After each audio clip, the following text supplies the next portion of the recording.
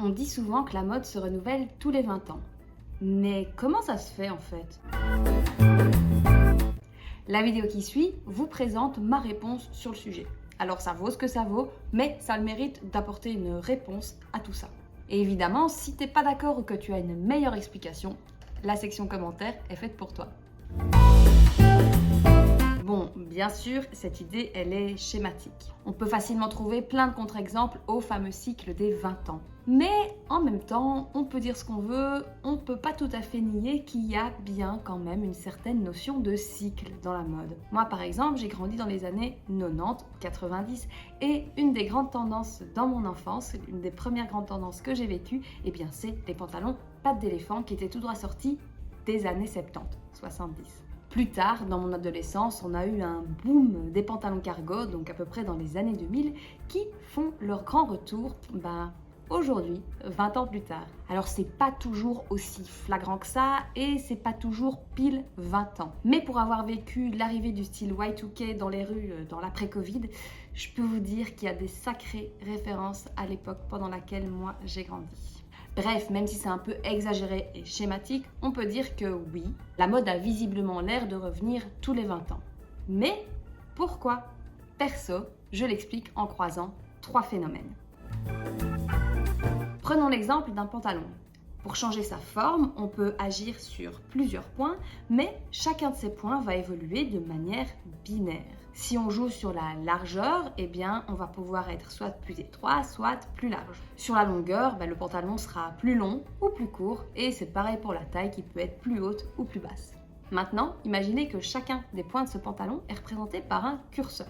Par exemple, on va avoir l'échelle qui va de très large à très étroit, l'échelle qui va de très court à très long, etc. Comme la mode, c'est par définition essayer de faire toujours quelque chose de différent, de nouveau, on va avoir tendance à systématiquement déplacer au moins un curseur un petit peu à gauche ou un petit peu à droite. Par exemple, si on démarre d'un pantalon droit, eh bien, il y a des créateurs qui vont petit à petit jouer avec le curseur et élargir l'ourlet jusqu'à petit à petit arriver à un pantalon pattes d'éléphant. À partir de là, quand le curseur a atteint l'extrême gauche, par exemple ici l'ultra large, eh bien il n'y a pas 36 000 solutions, on va le faire revenir petit à petit vers le centre jusqu'à arriver à l'autre extrême, super étroit, c'est-à-dire à peu près les pantalons slim et skinny des années 2005. Et ainsi de suite jusqu'à revenir à l'extrême précédente. Donc, d'une certaine manière, c'est juste logique qu'on retombe parfois sur la même forme qu'un pantalon d'une année précédente. Alors bien sûr, on peut combiner plusieurs curseurs pour un vêtement. Par exemple, pour un pantalon, on va avoir la largeur, la longueur, la taille des poches. Mais au final, on a quand même un nombre, certes assez grand, mais fini de combinaisons possibles. Évidemment, ce que j'explique ici, c'est pas un processus qui se fait de manière consciente. Je pense pas que ça existe des stylistes de grandes marques qui jouent comme ça avec les curseurs pour prédire les nouvelles tendances. Mais ce processus inconscient est quand même là, quelque part, quand on crée. On essaie de faire quelque chose qui est assez original et disruptif pour séduire, pour intriguer, et à la fois que ça reste quand même assez familier de notre public pour que les personnes osent le porter dans la vie de tous les jours. Bon, ok, on comprend, mais pourquoi 20 ans ? Pour expliquer ça, on va faire appel à un deuxième phénomène. Je ne sais pas si ça vaut pour tous les créateurs de mode, mais de manière assez habituelle et encore une fois inconsciente, on a tendance à être spécialement inspiré par la période de notre enfance. Que ce soit des images, des couleurs, des odeurs, des lieux. En général, dans la mode et dans toutes les professions créatives d'ailleurs, l'enfance est une source d'inspiration inépuisable. Alors pour l'exercice, on va compter large, on va dire qu'on est enfant de 4 à 14 ans. 4 ans parce que c'est l'âge à partir duquel on commence à avoir des souvenirs et 14 ans parce que c'est le début de l'adolescence, le moment où on commence à s'émanciper, à faire nos propres choix. Bref, après cet âge-là, on va à l'école, puis peut-être faire des études ou commencer sa vie professionnelle. Et certaines vont devenir créateurs et créatrices de mode. Dans le milieu, leur carrière, elle va commencer vers 22, 23 ans, en tant par exemple qu'assistant styliste et des jobs comme ça, un petit peu au bas de l'échelle. Et puis, petit à petit, en accumulant de l'expérience, ces personnes vont gravir les échelons, devenir directeur ou directrice artistique, ou encore créer leur propre marque. Et ça va se faire à peu près à l'âge de 30, 34 ans, soit 20 ans après leur enfance. Comme ces personnes arrivent enfin à un stade de leur carrière où elles peuvent exprimer elles-mêmes toute leur créativité, ce sont leurs inspirations préférées qui vont ressortir, soit celles qui datent de leur enfance ou 20 ans auparavant. Ok, ça tient la route, mais ce truc de 20 ans pile, c'est un peu du bullshit, non? Oui, un peu. Et c'est pour ça que j'arrive avec mon troisième phénomène explicatif, la courbe d'adoption de l'innovation. Alors pour une fois, c'est pas moi qui ai théorisé ce point, mais un sociologue américain du nom de Everett Rogers. En 1962, il crée ce graphique pour expliquer comment une innovation, c'est-à-dire une nouveauté, une tendance, une mode, va se diffuser dans la société.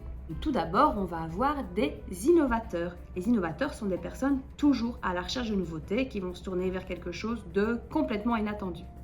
Alors le reste de la société va trouver ça bizarre, mais petit à petit, on va avoir des primo-adoptants qui vont s'emparer de cette nouveauté, commencer à l'arborer tranquillement. Après, il faut un peu de temps pour que la majorité précoce rejoigne le mouvement. Et là, ça commence à devenir normal, valorisé, jusqu'à ce que tellement de monde adopte la tendance, ici je parle des suiveurs notamment, qui s'y mettent enfin 10 ans après la guerre, eh bien que les premiers intéressés s'en détournent pour chercher quelque chose de nouveau, et ainsi de suite. Tout au bout du graphique, il y a la garde. Ça, c'est les personnes qui ne changeront jamais d'avis sur cette tendance. Elles trouvent ça moche et c'est comme ça, point final. Alors Everett Rogers ne donne pas de durée à ces différentes étapes. Et en réalité, c'est surtout que cette durée, elle est variable. Ça dépend vraiment beaucoup de la tendance qu'on étudie. Si on prend le domaine de la mode, donc celui qui nous intéresse, on a des cycles, des durées de courbes qui peuvent aller facilement jusque 10 ans. Ah oui, un vêtement ou une coupe, une couleur, un détail, c'est jamais des choses qui sont à la mode pendant une durée si courte que ça en fait. Et surtout, ce n'est pas à la mode pour tout le monde en même temps. En fonction de où vous êtes sur la courbe, vous vous rendrez compte de cette mode à différents moments. Je me souviens par exemple avoir réalisé mon premier crop top en 2011 pour ma collection de fin d'études. Donc ça, c'était vraiment l'époque des innovateurs. Il n'y a personne d'autre qui parlait de crop top à l'époque. Aujourd'hui, en 2023, le crop top est pas encore ringard. On est 12 ans plus tard et on n'est pas encore arrivé au bout de cette tendance. Du coup, forcément, imaginez-vous que sur une durée aussi longue, à peu près à n'importe quel moment, il y aura toujours bien quelqu'un qui pourra dire, parce que ce sera juste, ah là là, ça c'était déjà à la mode il y a 20 ans. Donc effectivement, pour récapituler, je dirais que oui, il y a un cycle qui peut s'expliquer par plusieurs facteurs, mais qui n'est pas aussi précis que 20 ans, même si cette unité de temps a un certain sens quand on y réfléchit.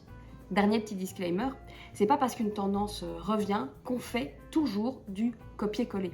Quand on s'inspire d'une époque passée, en général, c'est pour la réinterpréter avec un œil un petit peu plus actuel. Du moins, c'est ce que font les bons designers. Donc, si vous gardez vos vieux slims H&M des années 2000 en espérant que ça revienne à la mode et que vous pourrez bientôt les filer à vos gosses qui seront les plus stylés de l'école, sorry, mais ça se passera probablement pas comme ça.